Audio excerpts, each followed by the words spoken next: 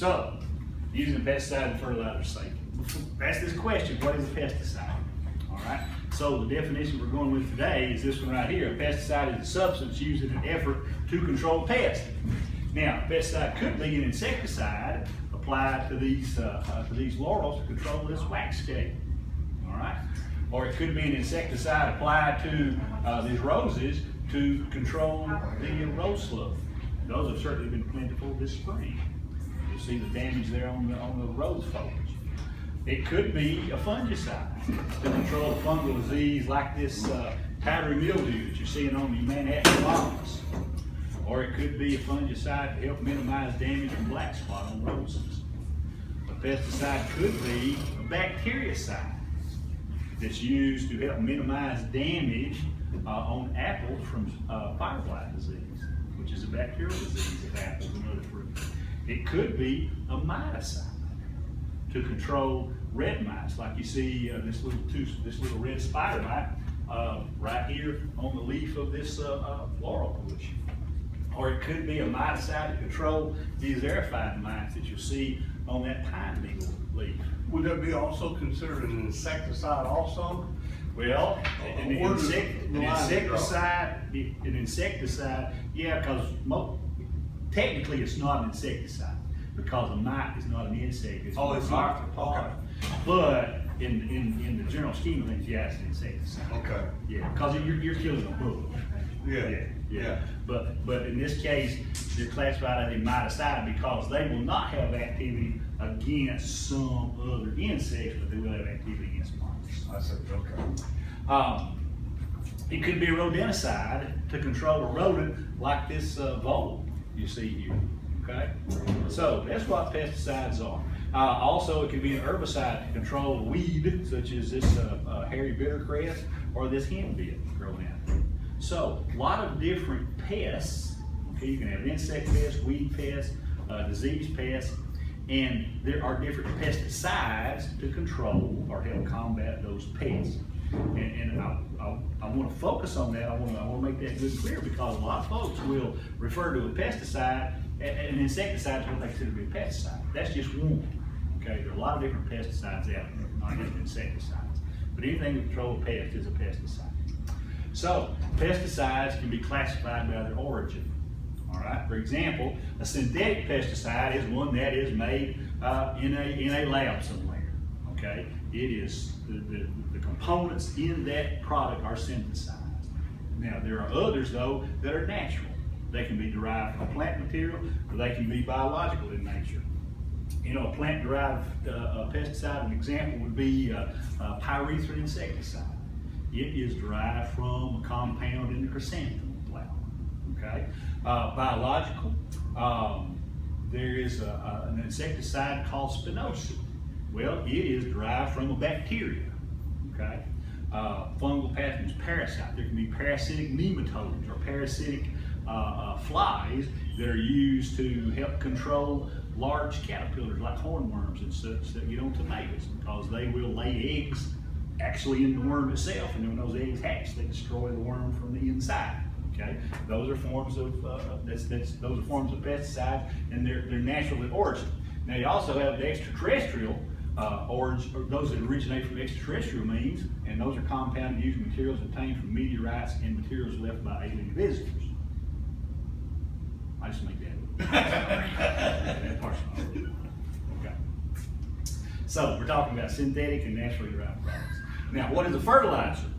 Okay, so we found what a pesticide is. Well, a fertilizer is a material applied to the soil to directly influence a plant's performance. Generally, it should be in a positive way, impacted in a positive way. Kind of like the pesticides, they can be derived from various sources. You can have synthetic fertilizers. There can be organic fertilizers. In organic fertilizers, people generally, when they use that term, when they think of the term organic fertilizer, they're thinking of plant residue and residue from animal waste or animal byproducts. Okay, you know, blood meal is an example of an organic fertilizer. Cow manure is an example of organic fertilizer. Alfalfa meal would be an organic fertilizer. But there are things that are actually organic by definition of what organics are. There are synthesized organics. Urea is a synthesized organic fertilizer. Methylene urea, urea formaldehyde are synthesized organic compounds. But I think when most people think about organic, they're really thinking of the plant or the animal-derived products. Okay? Now, a fertilizer supplies primary and secondary nutrients. Okay? There are about 18 essential nutrients that, and by essential that means that plants need some quantity of those in order to survive and produce and reach their potential. Now, of those, 3 are referred to as the primary nutrients, and those are nitrogen, phosphorus, and potassium. And they're always listed on the fertilizer bag in that order. Nitrogen is the first number, phosphorus is the second number, potassium is the third number. Not that they're any more important than the others because they're all essential, but these are the ones that are used in the greatest quantity. That's why they're called the primary nutrients. As well as they can contain some other secondary nutrients along with those primary. Now, you can have different kinds of fertilizer, not kinds the right way. Let's say different formulation, different analysis of fertilizers, use that term. A complete fertilizer is the one that contains all 3 of the primary nutrients, nitrogen, phosphorus, and potassium. If you've got one that says 13, 13, 13, that's a complete fertilizer, contains 13% nitrogen, 13% phosphorus, 13% potassium. Now, an incomplete fertilizer does not contain all 3. It will contain 2. Okay? Diammonium phosphate is an example. It's got 18% nitrogen, 46% phosphorus or phosphate. Now, a straight fertilizer contains only 1 nutrient. Urea is an example of a straight fertilizer, 46% nitrogen, no phosphorus, no potassium. Here is an example. There's complete fertilizer, 18, 24, 6. So it's got 18% nitrogen, 24% phosphate, and 6% potash in it. Here's an incomplete fertilizer, a 15, 0, 15. It's got 15% nitrogen, 15% potash. And then a straight fertilizer, this is one you don't see a lot, 007. No nitrogen, no phosphorus, got some potassium. This one also, and this can be the case of fertilizer, it has a pesticide included with it. It has a crabgrass pre-emerge attached to it. Okay, so this would be something to use on large areas of lawn, such as that. Fertilizers can also be liquid form. They don't have to be in granular form or solid form. They can be a liquid formulation as well. It can be a liquid concentrate that you mix up and apply in a sprayer. You mix it with water yourself, or it can be a ready-to-use version where you hook it in the water hose and it mixes the water as the water flows through the hose through this, and it applies it out there on the lawn area or the vegetable garden, whatever you're applying fertilizer to. Okay, so we talked about what a pesticide is, what a fertilizer is. Now, this question is one that generally comes up in the course of any conversation about pesticides. And that question is, are pesticides safe? Well, pesticides are tools. They are designed to kill things. Now, most experts agree that pesticides can be safely used, as can other tools be safely used. The risk or the hazard of the safety of using pesticides has to do with how toxic is the pesticide and how much exposure do you get with the pesticide. Now, toxicity is just a measure of how poisonous it is. And exposure is the amount of pesticide and how long you're exposed to it. All right, those two things add together. And that's what determines the risk associated with pesticides, using pesticides, being around pesticides, and so on. So, I have this example. We've got a Japanese beetle on the left that was killed with a synthetic pyrethroid insecticide. This was something that was formulated in a laboratory. Then on the right, you've got a Japanese beetle that was killed by an organic soap, oil, and water mixture. So the question is, which one is toxic? Well, as far as the beetle is concerned, they're both toxic. Okay? They both are. If a pesticide is going to be of any value, it has to be toxic or something. So all pesticides are toxic, regardless of their origin. What they differ in is the degree of toxicity and how widespread is the toxicity. Now, toxicity, as it relates to humans and animals and so on, is generally spoken of in a term known as LD50. So toxicity is measured by LD50, and LD50 stands for the lethal dose that's necessary to kill 50% of the test animals within 14 days after exposure to a concentrated technical form of the material. So the lethal dose to kill half the population is what that amounts to. The lower an LD50 is, the higher the level of toxicity. Okay, and LD50s are measured in terms of milligrams per kilogram of body weight. All right, milligrams per kilogram of body weight. I'll give you some examples. Now, every pesticide product, regardless of its origin, regardless of its level of toxicity, will have a signal word on it to indicate what level of toxicity it is. Now, these are in descending order. The most toxic out there will carry the words danger and or poison. That one has the lowest LD50 of all. An LD50 of anywhere from 0 to 50 milligrams per kilogram of body weight. This is classified as highly toxic. If you put this in quantitative terms that we can understand a little better, it would take anywhere from a taste to a teaspoon to kill an adult human. All right. The middle or moderately toxic carries the signal word warning, an LD50 of 50 to 500 milligrams per kilogram. That equates out to a teaspoon to a tablespoon of the concentrated technical material. Caution for a long time was the lowest toxicity signal word out there. It has an LD50 of 500 to 5,000 milligrams per kilogram of body weight. It's referred to as low toxicity, anywhere from an ounce to a pint. In recent years, there has been a fourth one added. It's called keep out of the reach of children primarily. And this is relatively non-toxic. It would have an LD50 of greater than 5,000 milligrams per kilogram of body weight. So we're talking about quantities of the pure technical stuff greater than a pint to be harmful to the adult. Keep in mind that if somebody were to package water and sell it as a pesticide, it would have to carry at least that keep out of reach caution or signal word on there. All pesticides have to carry a signal word on there to indicate level of toxicity. In the United States, I think probably throughout the world, all chemicals have these LD50s assigned to them. And you can compare the toxicity of some common pesticides along with some common household products. And I think it's interesting to do that sometimes. There's a UT publication, here's the title, it's Safety of Herbicides Compared to Other Commonly Used Chemicals. It's W270, you can get that online, it's a web-only publication. But it goes into more detail and it compares some of these. But I think it's interesting, you've got chemicals over here on the left column and then the LD50 of those on the right column. 2,4-D, the first one is a very old herbicide. And it's got an oral LD50, meaning that if you were to ingest orally, that compound, it would take 300, it has an LD50 of 370 milligrams per kilogram of body weight.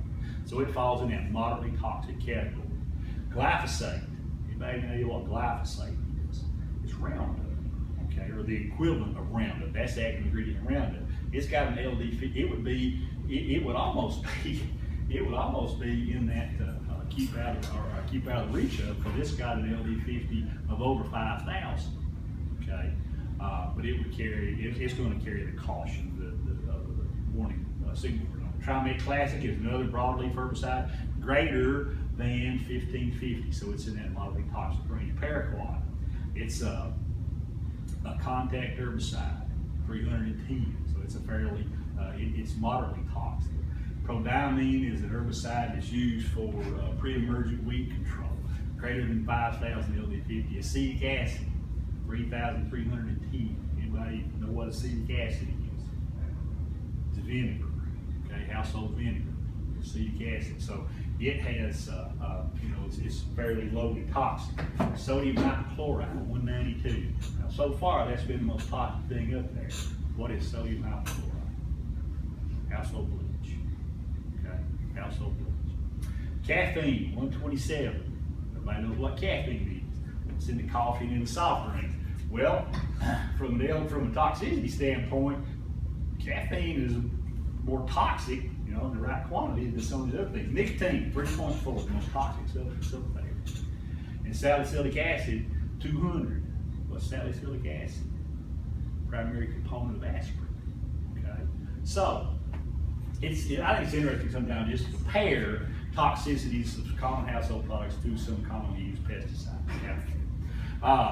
And you know what? In reality, it has to do with perception.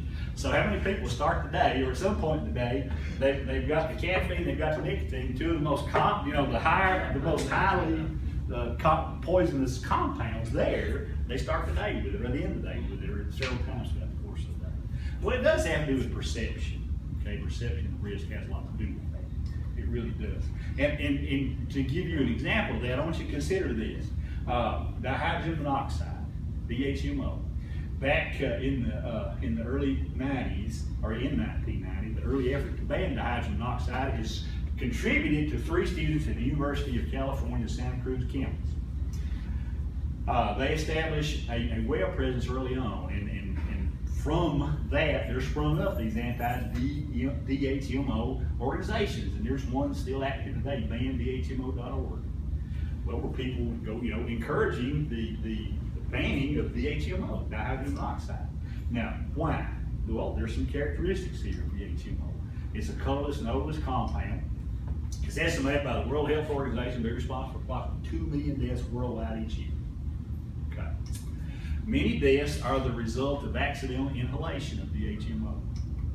DHMO contributes to the greenhouse effect. It is found as a component in acid rain.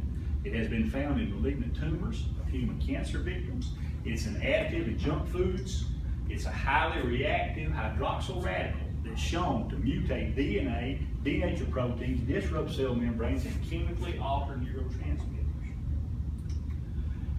A fellow named Roger Bate, an editor of a publication called What Risk? That's a British publication.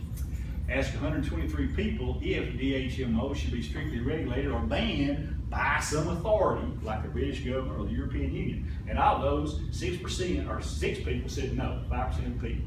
23 people, or 19%, said we don't know, and 76%, 94 of those 123 people said yes, it should be highly regulated or banned.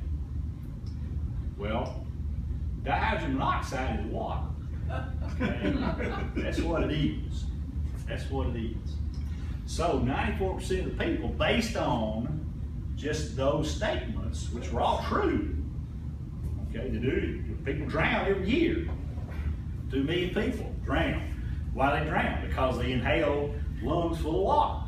Okay, it is. You're not going to find a cancer cell that doesn't have water in it. You'd be hard pressed to find junk food that does not have water in it.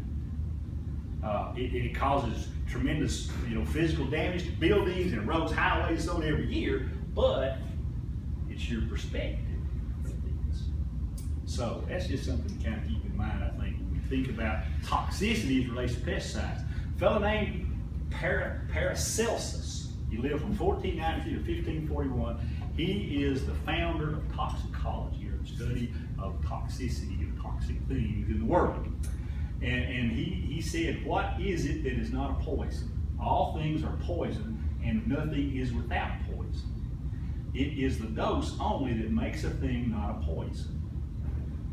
So the dose differentiates a poison from a remedy. And again, a prime example is water.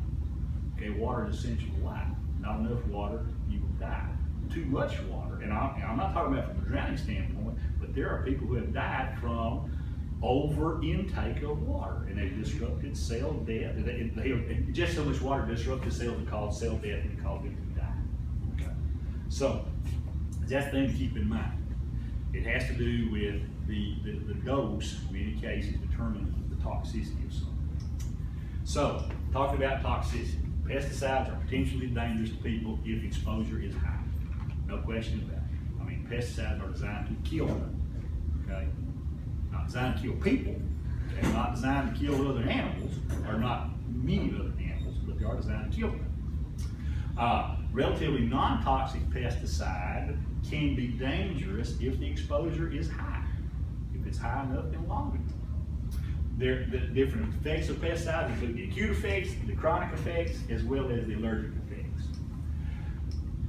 Acute effects is what you refer to when you have the systemic damage of a one-time exposure to to a large amount of a pesticide. You know, if somebody were mixing a big tank full and they failed it, okay? Usually that kind of damage occurs within 24 hours of exposure. That's acute, it's serious, all right? The chronic effects, this is where you have harmful effects from long-term exposure. Maybe a little bit today, a little bit next week, and this may be for year after year after year. And it may take a long time for those effects to appear, okay, because they're chronic. But it's just exposure to a small amount over a long period of time. And then allergic effects, a lot of different reactions, okay? You know, allergies manifest themselves in different ways from all manner of substances. Pesticides are no different. Usually, you're going to have some exposure to begin with that will sensitize you, or whatever the organism is, to the pesticide, and then the subsequent exposure is what causes the reaction. First time you run into it, it may not cause a problem. The second time you run into it, you may have a reaction to it because your body was sensitized the first time. So, symptoms of pesticide poisoning, well, they're the same symptoms common to a lot of different conditions. Nausea. Well, how many things can cause nausea? Or cause you to be nauseous? A lot of things can cause nausea. Pesticide poisoning can be one of those. Vomiting associated with nausea, again, can be caused by a lot of things. Shortness of breath. Okay, well, being old and fat can cause shortness of breath too, but so can pesticide poisoning. All right. What about rashes? Outbreaks, you know, yes, they can be caused, those can be symptoms of exposure to pesticide or pesticide poisoning. It can also be symptoms of other things. You know, maybe you got exposed to poison ivy, okay? But it causes that same kind of response. So there are, I have no doubt that there are people that have been victims, potentially, of pesticide poisoning that didn't know it, because some of the symptoms they had, they could attribute to something else, okay? And in the United States, there's some estimated number of cases of people going to the emergency room from pesticide exposure, but they're not thought to be very accurate because they feel like that there's a lot more that are exposed and have a reaction to it but don't go to the doctor because they view it as something else. And I think that makes sense that could be the case. Okay. All right, so we talked about pesticides, fertilizers, toxicity, those things. So let's talk about safe use. What is safe use? This is not a good sign when you've got a tomato plant that's showing this kind of distorted, twisted growth. Something went wrong, okay? And usually this is associated with an herbicide applied that drifted over onto desirable plants, and it caused that kind of distorted growth in the tomato. Well, we don't want that, okay? That's no good. So that was not good, safe use of that herbicide in this case. You see the distorted growth of this crepe myrtle coming out, how twisted and strapped it is. Because the fellow used some weed killer in the flower bed around there, which he should not have used, and that crepe myrtle picked it up. And next year when the foliage came out, it showed distorted, unusual, odd growth, okay? So that was not good use, not good safe use. When you have a lot of desirable insects dead, like dead bees, dead pollinators, that's not safe use. Anytime the ambulance is called, it's not a good sign of safe use. Okay? And ultimately, anytime you have to gather around and lay somebody to rest, that's not a good sign of safe use. Okay? Now, does that happen very often? Probably not. Okay? That probably doesn't happen very often. That does not. But using a pesticide or fertilizer safely means a number of things. It means you avoid off-target movement. Okay, you don't cause damage to desirable plants. You don't cause damage to desirable animals. Or what's used collateral damage. Well, I killed what I wanted to, but I also got some damage something over here. It means that you're using recommended protective equipment for yourself. Every pesticide label is going to tell you what you need to do to protect yourself when you use it. You follow re-entry guidelines, and we'll show you what some of those are in just a minute. You store the pesticide or the fertilizer in a recommended manner. You follow disposal guidelines because there are disposal guidelines on every container. You follow equipment washing guidelines, so for cleanup after using a product like that. Now, what does correct usage look like? Well, not this, okay? This would be from a fertilizer application. Now, unless you're going for that look, but the dark green color is desirable, the light green color is not. So somebody had a very uneven application of the fertilizer in this case, probably is what caused that. And again, you can see it right there. But taken to the extreme is, you kill some and left the other alive, okay? Probably from over application, not very good application, uneven application, over application. Generally, using a pesticide fertilizer correctly is going to result in a good response. It means that you're going to apply the correct amount of material over or to the area. You know, if you have a lawn that's, you know, measures 10,000 square feet, well, you need to apply the right amount of material for 10,000 square feet, not for 12,000 square feet, because then you're over applying. You don't apply enough to treat 9,000 square feet, then you're under applying. Right? So you apply the correct amount of material. You use the correct application equipment. You know, hose end sprayers, hose end applicators are handy, but not everything is formulated to be applied to a hose end applicator because you don't have as much control of what's going on. Apply the material to a tolerant species.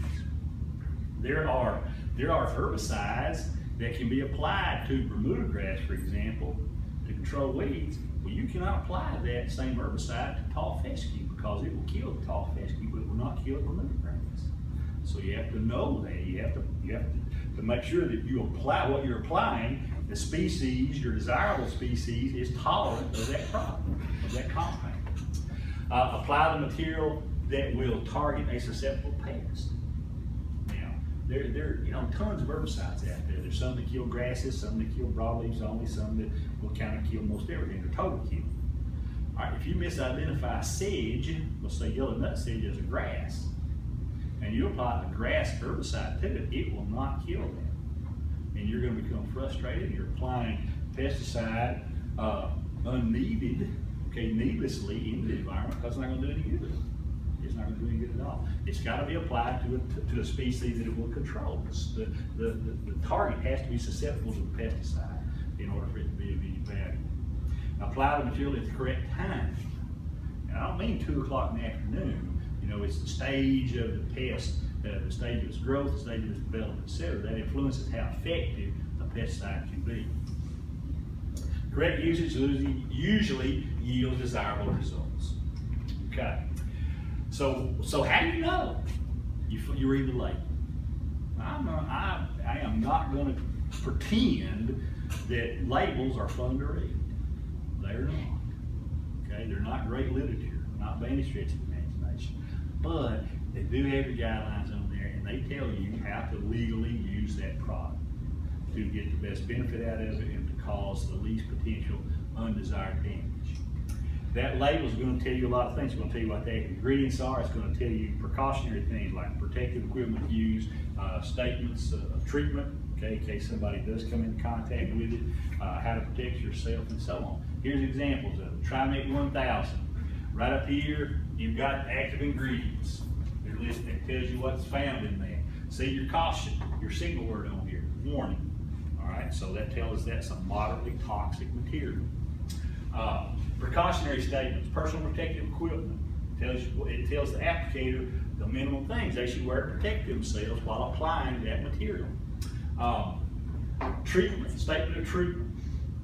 Do not induce vomiting unless told to do so by the poison control center doctor. Do not give anything by mouth to an unconscious person. Okay. Environmental hazards. This pesticide is toxic to fish and aquatic invertebrates and may adversely affect non-target plants. Do not apply directly to water. Okay. Precautionary statements, statements of use. You're going to find those there. Pesticides can enter the body 3 primary ways. It can be through inhalation, you breathe it in, okay? It can be dust, it can be vapors, or it can be spray particles. Dermal exposure is absorbed through the skin. It can be dry material or liquid material. You get it on your skin, it can be absorbed, taken in that way. And then oral exposure, you take it into your mouth. It can be from not washing your hands. It could be if you're spraying something and the nozzle gets clogged and you unscrew the nozzle and you blow in it and you get backsplash into your mouth. Okay, those are all ways that you can be exposed to this. Now, you see these different sections of the body up here that are pointed out. You see different numbers on there. The greater the number, that means that the skin in that region of the body absorbs products, materials more readily than do other areas of the body. You know, look, ball your foot, 1.6. palm of your hand, 1.3. Abdomen, 2.1. So the abdomen is like twice, the skin around your abdomen will absorb materials twice the rate that the skin on the forearm will. Look at your ear. You know, you don't think anything about scratching your ear if it itches. But if you got something on your hand, you know, it's 5 times greater, or will absorb things 5 times more readily than will the skin on your forearm. Okay? The genital area, 11.8. One of the most readily, a portion of the body where the skin readily absorbs things as compared to others. That's why you'll always see in those use statements on those pesticides, you know, wash your hands before going to the bathroom. Before using restroom facilities, wash your hands. Because those areas of the body, some areas of the body are way more absorptive than your forehead, your scalp. You know, your head, it is more absorptive than your forearm is, or than your palm of your hand. So that needs to be taken into account when you're looking at protective equipment, to protect those areas, and you take the right steps so that you don't expose those areas of the body. Now, personal protective equipment, PPE is what it stands for. And this is a statement taken off that chart, or taken off that label. Mixers, loaders, and applicators and other handlers must wear protective eyewear, long sleeve shirt, long pants, doesn't have to be this particular material, a long sleeve shirt, pants, shoes and socks, chemical resistant gloves, and this says chemical resistant apron when mixing or loading or cleaning up spills or equipment otherwise exposed to concentrate. Okay, that's when somebody's mixing, loading, they wear an apron, etc., because that's when you have the greatest chance of coming into contact with the most concentrated form of the pesticide. But otherwise, the applicator should wear something to protect their eyes, wear a long sleeve shirt, pants, long pants, shoes and socks, and gloves. Okay. So, do people apply pesticides in hot weather? Yes, they do. Is it real comfortable to wear long pants and long sleeve shirts in hot weather? It is not. Okay, it is not. Are there pesticide police that are out here driving up down the streets waiting to catch you doing this wrong? No. That's personal responsibility. For you to wear protective equipment like you're supposed to. Now, if you're a commercial applicator and you're out here doing this in the trade, yeah, there are inspectors for the state of Tennessee that are going to visit you, and they're going to make unannounced visits and they'll visit you on a job site somewhere to see if you're following those regulations. But as far as you, the private citizen, the homeowner, that are out here doing things in your own landscape, no. That is up to you to follow those directions and to take responsibility for doing things safely. Again, just examples of different kinds of PPE, eye, ear protection, respiratory protection, you know, to help cut down on the inhalation of vapors and dust particles and so on. So generally, that's going to be during mixing time, and that's the greatest opportunity for that. Clothing, like coveralls, there are chemical resistant coveralls, etc. Gloves, okay? Gloves that cover not only the palm but also the forearm are good ideas because probably, well, it says here 85% of the exposure is going to be to the hands. And you think about it, that makes most sense because you're handling, you know, handling those things with your hands.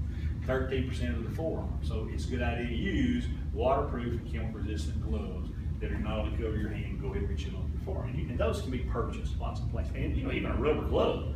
In most instances, for a lot of these compounds, just a rubber glove that would use for washing dishes, etc., cleaning, will provide protection against the majority of those things. Now, this is not proper protective equipment. It is not. So, now, is she applying a pesticide? Well, probably not. She got a backpack blower on. Although there are backpack blowers that have attachments to it, but you can apply a pesticide as mist. Okay? The reason I include that in there is because when you're driving down the road and you see somebody doing something like that, except they've got a backpack sprayer on and they're spraying weeds in the flower bed, you can cause accidents if you stop to take a picture. And I saw this on St. Andrews Drive 2 years ago at the market there at St. Andrews. There was some fellow on a lawnmower cutting the grass, and a young lady wearing a bikini and a pair of flip-flops had a solo backpack sprayer, 4-gallon sprayer, and that was it. And she's walking along in the flower beds out there spraying the weeds. Got a bikini and flip-flops on. That was not good personal protective equipment. Okay, not at all. Keeping on looking at the label, you're going to find directions for use, where to use it, species that are tolerant, how much to apply, what the targets are that you're trying to control, a reentry statement. How long can you stay, or how long should you stay out of an area, et cetera, after being applied. Application timing, use precautions, storage and disposal. Here we go. Non-agricultural use requirements. A reentry statement. Do not enter or allow people or pets to enter the treated area until sprays have dried. That's a common question we get. People ask, well, how long should I stay off of it? What does the label say? Well, it says stay off of it until the areas have dried. That's what I would do. Okay, stay off of it. I mean, there's nothing I can tell you that's that will overrule what that label tells you. Okay, the label that's the rule. I always defer to what the label says. It talks about mixing things. It talks about reducing drift management, wind speed, droplet size, and so on. Susceptible plants. Okay. It lists plants that you should not use this near, like okra, cotton, tomatoes, beans, broadleaf plants, right? Because this is an herbicide. It kills broadleaf herbicide, kills broadleaf plants. It talks about things you can add to it, adjuvants, spray additives. Where to use: ornamental turf grass sites, residential domestic sites, ornamental turf sites, institutional sites, non-cropland sites. Areas where you can't use it, prohibitions of sites. Don't apply it to any body of water, don't apply it to any wetlands, don't apply it to agricultural irrigation water, don't apply it to agricultural drainage water, don't apply it to sites being used for commercial timber or seed production, etc. Don't apply it to areas growing cotton, grapes, or those susceptible plants. Okay, it goes into a fair amount of detail there. Application schedule. Apply the product to broadleaf weeds that are young and actively growing for the best result. That's when I say application time, that's what I'm talking about. What stage of development is the pest in? Fall application to provide improved control for winter annuals such as henbit and chickweed, groundnut. Delay applying this product to grass leaves until after the second mow. For newly sodded, sprigged, or plugged areas, the application should be delayed until 3 to 4 weeks after the sodding, sprigging, or plugging operations take place. It tells you when and where you can use these. It also tells you how much to use. It's for the different turf grass species, because this is a turf grass herbicide. For the cool season turf up here, Kentucky bluegrass, annual bluegrass, ryegrass, tall fescue, etc.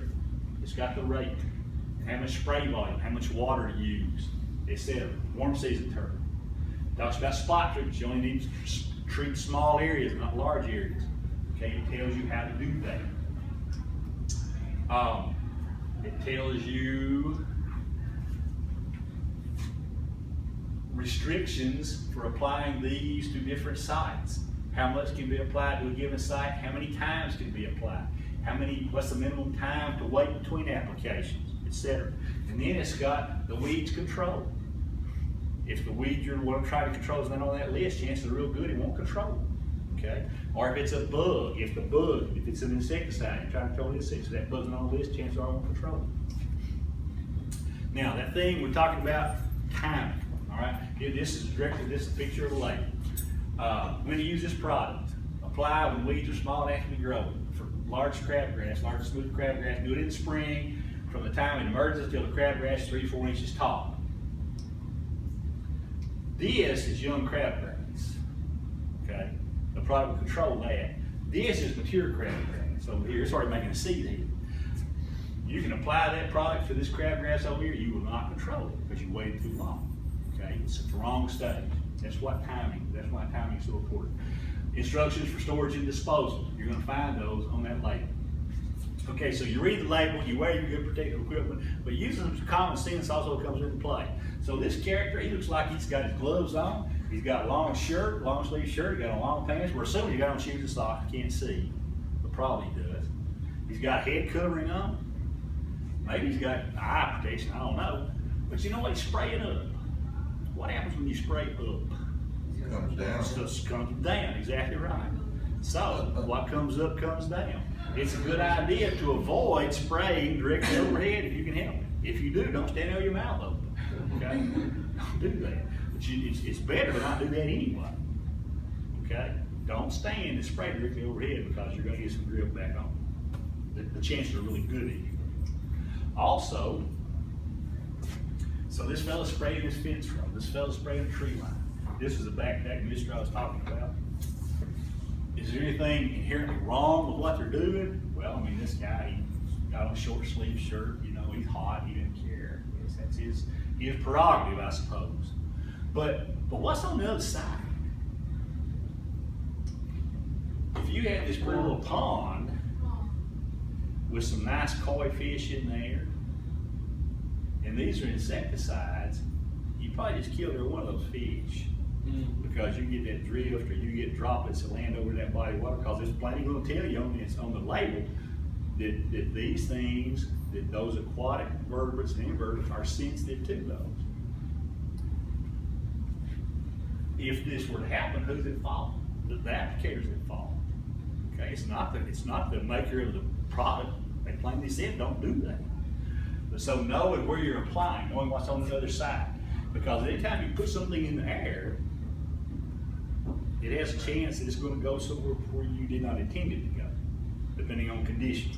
Okay, and this is what you want to do: minimize those off-target movements. Okay, the wind is not your friend.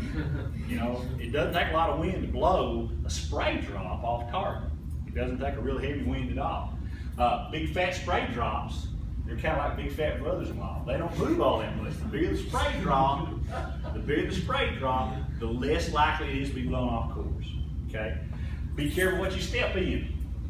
So here's a guy applying things, and it's hard to see this, but these are brown footprints in the grass. Okay, where there was a product that would kill grass applied to some gravel. A fellow walked through it, he walked through the grass, and you can see the brown footprints where he did that. Maintain equipment. You know what? This is a hose to a sprayer. It's cracked. It will break. Probably after you get that sprayer filled up and get it pressurized, it's going to break and shoot stuff everywhere. All right, so inspect those things ahead of time, keep them in good shape to avoid those kinds of problems. Check the thermometer, because temperatures can have a lot to do with the product volatilizing, vaporizing, moving off target. And most of those labels will have, if that is a possibility, they will have a temperature range to use the product in. Avoid using it when the temperatures are above this level, and avoid using when temperatures are below this level. Reduce drift potential. Okay, small drops will more likely drift or be blown off course than will large drops. So the larger the drop, the less risk there is to wind, and the opening in your spray nozzle. Okay, plus the amount of pressure that you have in the tank influences how large the spray drop is. The higher the pressure, the smaller the drop is going to be, because you're pushing it through that same hole with greater force. It's going to break it up a smaller droplet. So higher pressure will always yield a smaller drop when you're going through the same size orifice at lower pressure. And you can get different size orifices on these spray tips. Calibration is essential for accurate fertilizer and pesticide application. You got to have some idea how much you're going to put out there. Calibration is nothing more than measuring the quantity of the product that the application tool puts out. Okay, and you got a handout there that kind of covers some sprayer calibration. And we're going to run over that just real quick here, and we'll be through. And I don't know about y'all, I'm about to freeze to death. That cool all of a sudden. It got real cold. It was hot last week. I know. Yeah, it's feast or famine. There's no middle ground. There's no middle ground.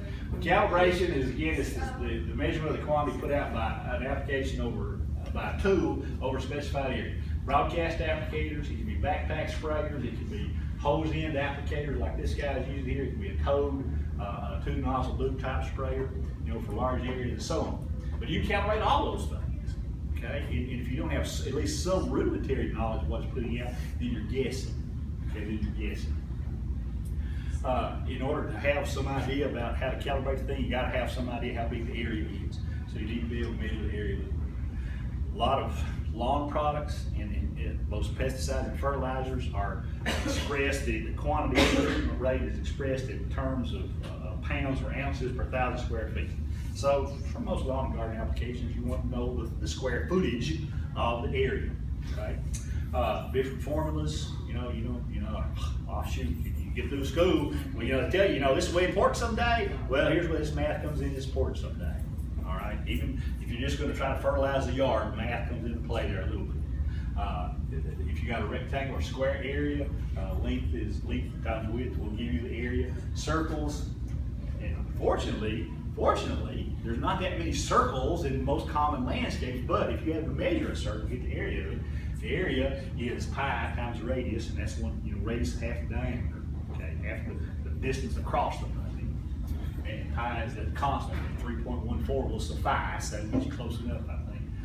The area of a circle is pi times radius squared. Triangles, you can measure the area of a triangle by measuring the base of the triangle, by the height of the triangle, divided by 2. Now you use square. I don't expect you to remember that, you can look that up somewhere. But there are tools online that will help you measure things. Okay. Now you got different spreaders. A drop spreader is like this one. It distributes material directly underneath the hopper box on the spreader. The working width is the width of the spreader itself.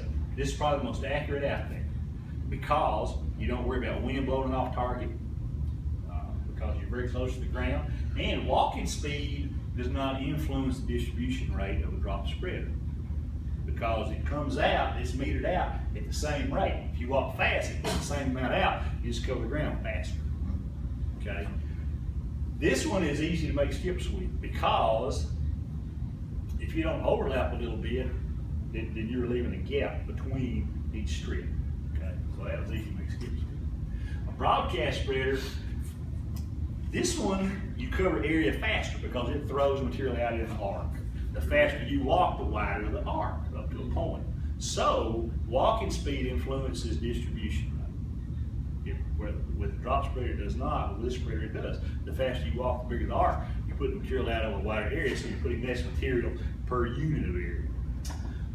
Wind will also influence how your spread rate. If you're spreading this way and your wind is blowing this way really strong, then lightweight materials tend to be forced this way, so you don't have equal distribution. And so wind and walking speed will influence application. Here's one way to measure, or one way to calibrate a spreader. Measure off 1,000 square foot area, and then weigh some quantity of material into the spreader itself. Choose a setting. Every spreader's got a setting on it, a dial or some kind of device, a metering device that you can choose a setting. Usually the bigger the number, the wider the setting, the more material it puts out. So you choose a setting and you spread that material over 1,000 feet, and then you weigh what you have left. So the difference between what you started with and what you have left was the output rate, okay, the application rate at that setting over 1,000 square feet. Okay, so you may find I need to adjust this down and adjust it up. Well, you need to do that and walk at the same speed all the time. You do it. It's consistent as you can. Sprayers, you use them to apply a lot of liquid products, fungicides, herbicides, etc. Can be applied by these different sizes available. These backpack models work well for fairly small areas. The tote behind the ride-on model work better for large areas. A way to calibrate a backpack sprayer is kind of like we did with the spreader itself. You measure off 1,000 square feet, add clean water to your spray tank, and then time yourself walking and spraying the measured area. You want to maintain a consistent walking speed, maintain fairly consistent pressure as you're pumping the tank as you walk. A section of dry pavement works really well for this because you can tell where you spray. Okay, because it'll show up dark on that dry pavement. And so get an average time for 2 or 3 applications. So you get do it 2 or 3 times, time yourself, come up with an average. And then after let's say it takes you, 45 seconds to spray that 1,000 feet. Then you take a measure, you take some container, and so you spray out of your sprayer for 45 seconds to collect that. Then you measure that. Tells you what the output is per 1,000 square feet. Okay, so you have some idea of what your application rate is. Then you get the boom type sprayer, and you've got directions for that right there.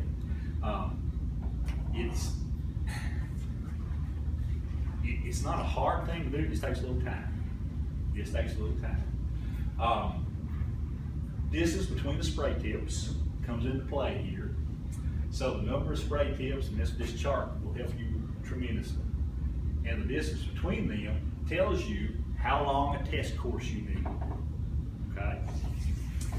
So what you do is you measure distance between the spray nozzles, and let's say we got two tips, 20 inches apart, we need a test distance 300 feet. So we're gonna measure off our 300-foot test distance, and we determine that, and you're going to, use clean water in your spray tank, and you're gonna adjust your sprayer the way it needs to be, okay? Or if you don't have adjustment on it, then you just run the factory setting. Okay? But if you can, you adjust it to 30 PSI, 30 pounds per square inch. Run a test course and time how long it takes you to drive it 3 times to get an average. Because what you're gonna do is kind of like you do with that backpack sprayer. Once you've done that, then you're gonna turn the sprayer on and collect from each nozzle. If it took you 50 seconds to cover that 300 feet or whatever it was, then you're gonna collect from each nozzle for 50 seconds. You add those two together, and that is the application rate per 1,000 square feet at that speed, okay? If it took you 50 seconds, then if you're driving, because what you're doing is you're measuring 1,000 feet. The reason, but what if your sprayer's got a different setting? You know, the nozzles are different. You measure this between the nozzles, convert the distance to feet. Here's the example. It's a lot simpler, I think. Just use the example. If you measure the distance and it's 30 inches and you got 2 nozzles, you divide 30 by 12, it's 2.5 feet. 2.5 feet times 2 nozzles is 5 feet. All right. So that's what your spray width is, 5 feet. 1,000 feet divided by 5 feet is 200 feet. So that's how long your test distance is. So you measure the 200 feet, you spray it, you time yourself, cover 200 feet, and then that just comes up with how long you're going to collect the spray output, so you'll know what the application rate is. So once you know that, what do you do with it? So in this example, you got a 3-gallon backpack sprayer, and you're going to treat 10,000 square feet long with speed zones, common herbicide for broadleaf weeds. You find the sprayer output after you calibrate is 50 ounces per 1,000 square feet. So this sprayer, how much will it cover? Well, 384 ounces. Where'd that come from? It's 3 gallons spray. 128 ounces per gallon. So 3 times 128 is 384 ounces. You know that sprayer will cover 1,000 feet with 50 ounces. So you got 384 ounces divided by 50 ounces. And that tells you that that sprayer, a full tank, will cover 7,680 square feet. That's how much you can cover, that one tank full. The label tells you use 1.4 ounces of chemical per 1,000 square feet. So 1.4 ounces times 7,680, 7.68 thousand square feet is 10 3/4 ounces. So you put 10 3/4 ounces of water, or excuse me, 10 3/4 ounces of speed zone, and fill the tank up the rest of the way with water, and boom, you've got it enough to treat that lawn, okay? That 10,000 square foot lawn. Boy, you don't need a full tank. You don't need to treat 10,000 square feet. Your lawn's only 5,280 square feet, okay? So that sprayer puts that 50 ounces per 1,000. You've got 5.28 or 5,280 square feet, 5.28 thousand. So it takes 264 ounces, just a little over 2 gallons. So your pesticide rate's the same, 1.4 ounces per 1,000 times the area of the lawn. Takes about almost 7.5 ounces of chemical. Put 7.5 ounces of chemical in, and then you put in the remaining water, which is just a hair over 2 gallons of water, and you've got enough in to treat that area. All right, you don't have to mix the whole tank. Fertilizer calculations kind of similar. Calculate pounds of fertilizer to supply the desired quantity of nutrient, and that's the thing is you apply fertilizer to supply a level of nutrient, okay? And that's based on what the percentage of the nutrient is in the fertilizer. You divide the desired quantity of nutrient by the percentage of the nutrient in the fertilizer. Okay, divide what you want by what you got. Tells you how much to use. Simple way to remember that. Here's an example. If we're going to put out 1 pound of nitrogen per 1,000 square feet, and we're going to use this fertilizer, it's a 24-5-11 fertilizer. How much do we want? 1 pound of nitrogen. Okay, divide a pound by the percentage of nitrogen in the fertilizer. It's 24%, so a pound divided by 0.24 tells us that you're going to use a little over 4 pounds of that fertilizer per 1,000 square feet. And that'll give you a pound of nitrogen per 1,000.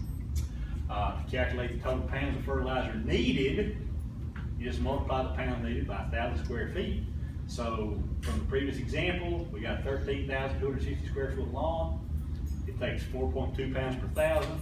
4.2 times 13.26, 56 pounds of that fertilizer to treat. that whole lawn area, okay? Some tips: when you're mixing, add half the water to the tank, then you add your pesticide, then add the remaining water. That helps you get a good mixture by doing that. After you fill the tank, replace the lid and shake it good to mix it, or if it has an agitator, you run the agitator because you want things to be mixed up really well. Spray colorants can help you avoid skips. There's dyes that you can add to it so that you, especially if you're spot spraying, you wonder, did I spray this patch? Did I spray that patch? So what this helps you do is it keeps you from spraying this patch 3 times and not spraying that patch at all. Because there's a color, you leave that color every time you make a spray application. It doesn't last long, rain will wash it off after 2 or 3 times. It will get all of your hands and feet. Okay, it will color your shoes. So wear those shoes. Wind causes drift, so avoid spraying when under windy conditions.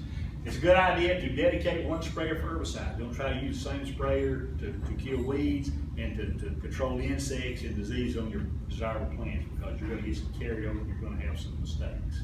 Okay, you'll probably have some very bad failures like you would have. Use your tools wisely. That's what they are. They're just tools. Okay, they're just tools to make jobs easier, help you do a better job in the landscape of the garden. You use a hammer wrong, you can mash your finger. It'll hurt. You can use any tool the wrong way. Just like a pesticide can be used the wrong way. Don't contribute to having those tools taken away from us. Okay, probably more mistakes are made, more environmental damage caused in the whole scheme of things in the United States by homeowners than there are by commercial applicators when it comes to pesticides, when it comes to water pollution and so on. For homeowners not following label directions, not using the correct rates, etc. for applying these products out here. Follow label directions. Understand what it is you're going to do and how you're supposed to do it every time. Understand that. Think about it. If what you're doing seems stupid, it probably is. So don't do that. Okay? Pay attention. Pay attention to your equipment. Pay attention to your surroundings. Make sure everything's a good working order. Think about what you're doing. Prepare for the worst and hope for the best. Does anyone have any questions of me?